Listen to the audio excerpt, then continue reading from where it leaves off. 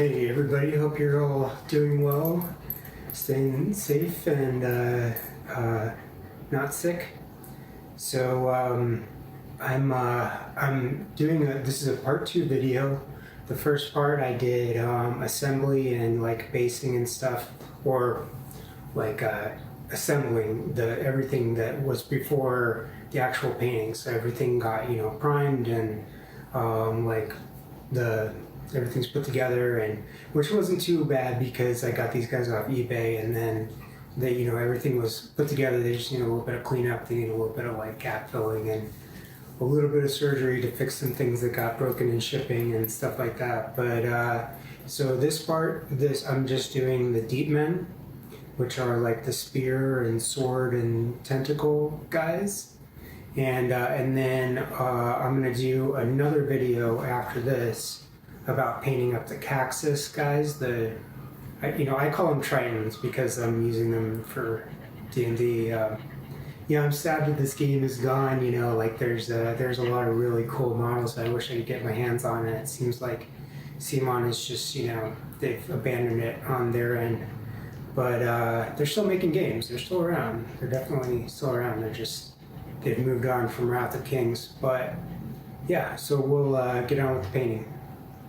So I've got the card art here, and I just want to look at this before I start modifying things, changing up the paint job to see what things are supposed to be.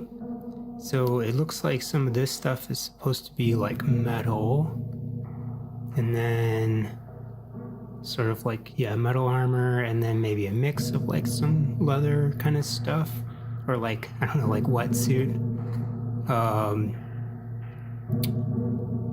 But I think what I'm gonna do, because I want to do all these guys in kind of like an assembly line type thing, I guess I could just start off with doing skin tones, like flesh stuff. Figure out what I want to do with the armor later. So yeah, I'm thinking like I kind of like this actually for these guys because I want them to be sort of look like like human-ish, but with tentacles. So I want to keep it kind of like human type flesh tones, and then but make it like a sickly color. So I think I'm gonna do some washes on these guys first to get some tone down, and then sketching some highlights, and then work from there. So I've got my wet palette here, and then I'm gonna start painting these guys from that. So first off, just to get some tone down on these guys, I'm going to use some different inks and then some model color to make some flesh tones, and then leather. So I'm using a Game Ink Sepia, Game Ink Skin Wash, P3 Cosite Flesh Wash, and Model Color Flesh Color. So, but yeah, what I'm doing is I'm just gonna put some kind of washes down on top of the zenithal prime, and I'm gonna go ahead and put in the darks with the inks, and then the inks are gonna run into the cracks, and then I'm gonna sketch in highlights on top of that. So this is going to get me like 90% of the way there with my flesh tones. It's just, when you're using the wet palette, it's super easy to do a lot of wet blending and get some nice looking flesh tones down on your models without a lot of effort. And then you can, really easily just go over your zenithal prime, and then you don't need to make the colors totally opaque. And then your zenithal prime will show through, and you can kind of use that as a map of where your lights and darks belong. Then just use the inks and the watered down paint to kind of glaze over that, and it'll get you most of the way there. But model color is not a heavy body acrylic. You can thin it down just a little bit, and it will go through your airbrush really good. And then the game inks, of course, are going to be super runny, and they're also not opaque. They're pretty transparent, and they can be a little bit glossy. They can dry a little bit glossy, but if you add a little bit of paint to that, it knocks down the gloss a ton. And to do leather, I'm doing the same thing. I'm just using a dark, I think this is mostly that sepia ink, and then maybe some kind of dark brown game ink. Sometimes I'll add in a little bit of Vallejo Model Air dark brown, and then I'm just doing the same thing. And there was some detail on these guys that's in the card art that's just doesn't seem to be on the models. So I ended up kind of covering most of these guys with that kind of leather wash, just because I ended up doing something totally different later than like a traditional looking leather. Like I ended up trying to go for something that looked like more like a wetsuit. Eventually, like a D&D wetsuit.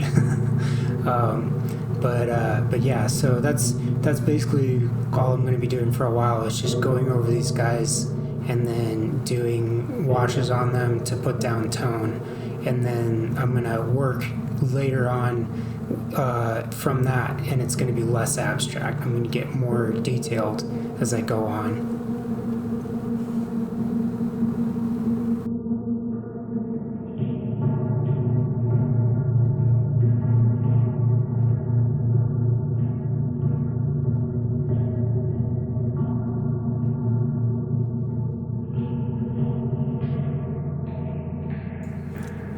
Next up, I'm going to go over everything that's supposed to be metal, or what I decided was going to be metal, with some game color wash, and it's just this is a black, and it's mostly a shader, like mostly I just want to kind of draw in, I kind of want to pin wash like some shadows in certain places, and I definitely want to get anything that's supposed to look like metal.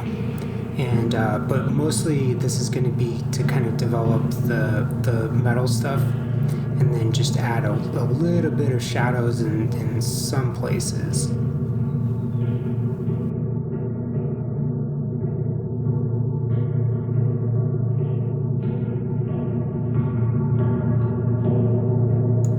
But I'm trying to preserve my Zenithal Prime to show me where all of my lights and darks belong.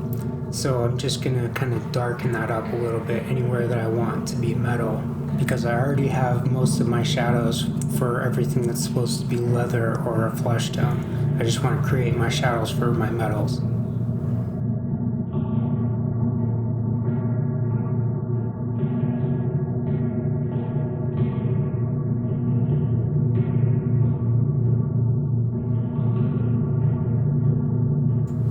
Now I'm going to use a bronze color, and I'm going to go ahead and start doing that over the little shadows that I just created. So I'm going to try and create some kind of bronze highlights on top of the metal. So I wanted to do some like kind of patina stuff later on, some kind of like verdigris patina, copper patina kind of stuff. So I'm focused more on creating like a bronze highlight, and then I'm going to put the patina on top of that in the highlights later on. So right now I'm just trying to get anywhere that is kind of like a light spot, anything that's not directly in a shadow. I want it to have that that kind of bronze metallic look, so that later on I can kind of patina it, but I'm trying to keep those dark shadows. More than anything, I'm using this as like a filter. Like I'm just putting a kind of transparent-ish metallic highlight on top of the, it's a very thin layer of paint, and it's not opaque at all, really.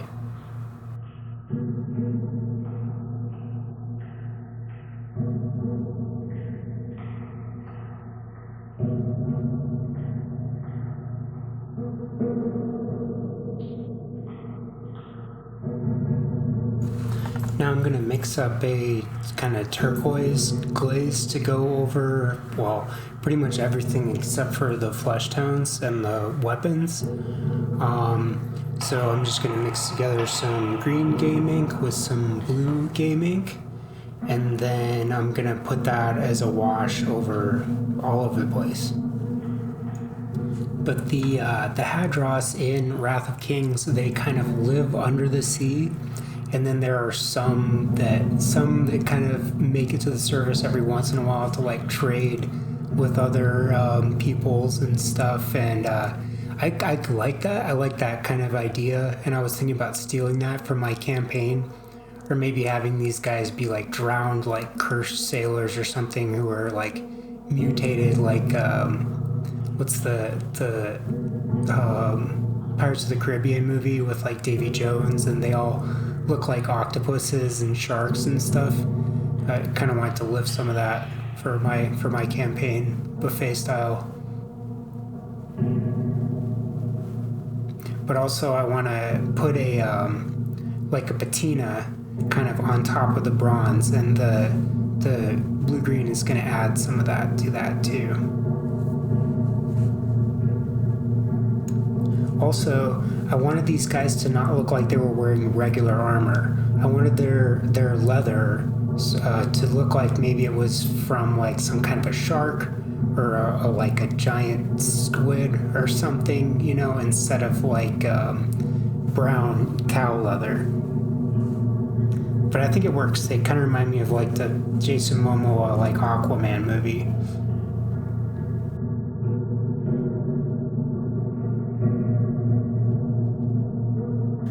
And before I put away the wet palette and start doing some other stuff, I'm gonna put a little bit of this kind of verdigris patina on top of the bronze stuff.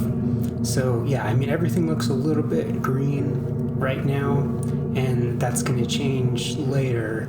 But right now, so what I'm trying to do to separate the metal parts is to put some of this kind of like copper bronze patina on top of things, and I want to just put it in the highlights. So I'm not trying to put it everywhere, you know, less is more, but in those details, like on top of the armor, where things are raised up, I'm gonna scumble. And okay, so scumbling is like an oil painting term, and it's where you sort of like stipple with your brush, and then you like press little dots into it and then sort of grind them in. So yeah, I'm trying to do some, well, I guess edge highlighting too, like very light edge highlighting with this patina stuff to just make the tops of the armor, the metal stuff, pop out.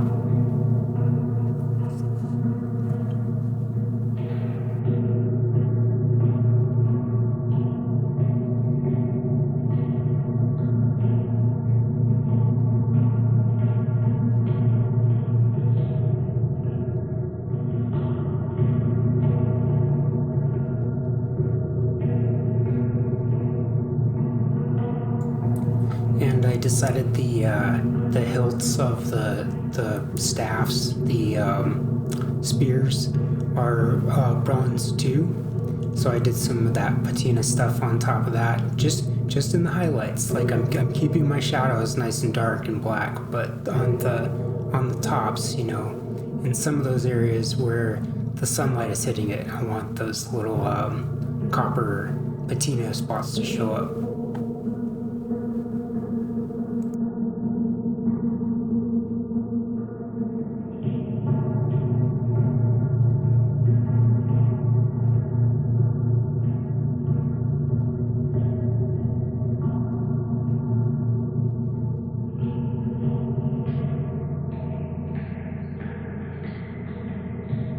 So after doing that last ink wash, you can see how things dry pretty glossy looking. But I'm okay with that because what I was thinking was that I wanted these guys to have like kind of glossy looking wet armor, like leather armor, but I wanted to dry brush over that to kind of tone down some of the glossiness. So I've got like a nice leather kind of highlight tone, and then I'm just going to come in and, you know, tone down the glossiness anywhere where I want the sun to be hitting, and then I can leave those recessed shadows kind of glossy. So what I was thinking with these guys was that they could be like these kind of cursed sailors, and that they you know, go around like pirating people, and they just sort of pop out of the ocean and like jump onto your ship, or, you know, this is what I was thinking for my D&D campaign, is that they like have I don't know, some kind of a submersible, you know, like they could just come popping out of a submarine and then try and murder you while you're sailing around minding your own business. But yeah, so I'm just gonna put this stuff in the raised edges to just kind of pick out the tops of the leather. But I want to leave that nice green tone in the recessed shadows.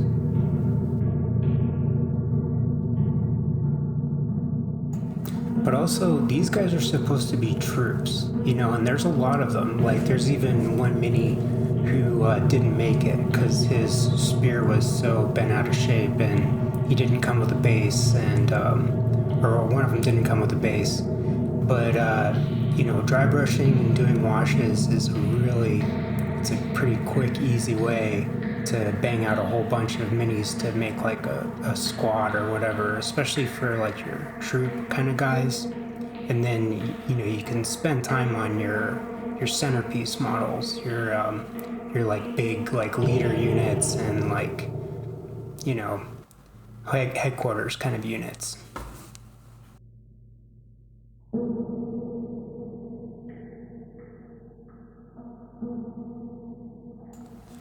And next up, I'm going to come in with some sickly skin, which is a very apropos name for what I want to use it for. So yeah, I was thinking that these guys do not get a lot of sunlight, you know, and I also want them to just have that kind of sickly, you know, dead sailor kind of skin look to them. So I'm going to go ahead and dry brush in those highlights on these guys to just really pick up the raised details on the tops, like the very tops of the surfaces. Like I when I did the paint prep video, I was talking about doing a window shade thing where you're coming from like the top down, and that's the area that you want to kind of be like the most developed and have the most highlights, and you know, just pop out the most, because that's what we're going to be looking at the most, is the faces and the tops of the models. Like, I don't care about the feet at this point, you know, at the later stages. I care about the face. I care about the tops of the models and like weapons and things like that. Things that are supposed to stand out.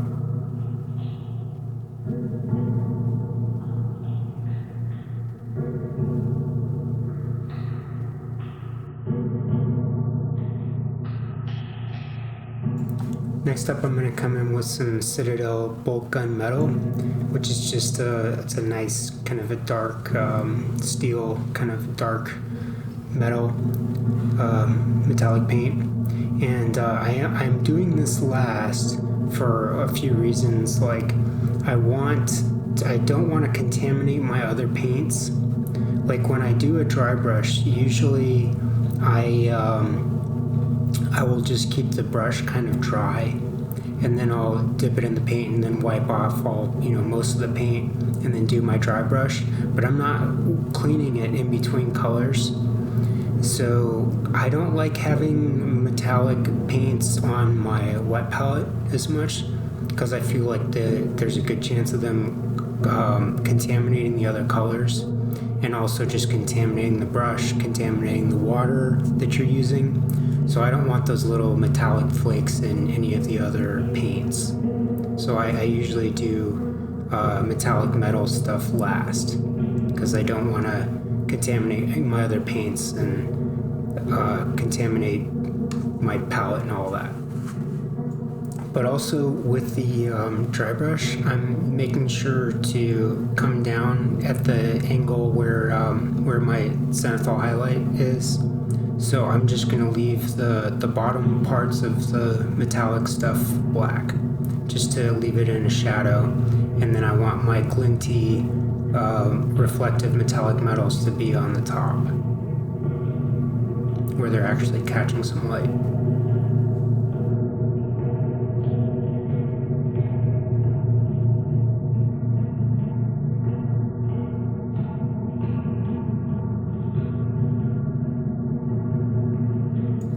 So anyways, that's going to be it, you guys. Not too complicated of a paint job, but these are troops, and there's a lot of them. There's like 12 of these guys, one who didn't make it. So I picked out like one of each pose and put them on here so you guys could see them close up.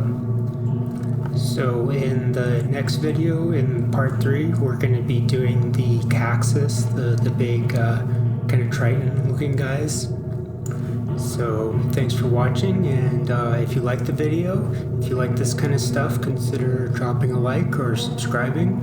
It helps me to grow my channel and helps YouTube know that you like this kind of content. I just might pop up in your feed instead of bum fights or people fighting at McDonald's, influencer drama, kind of stuff that YouTube likes to force feed people.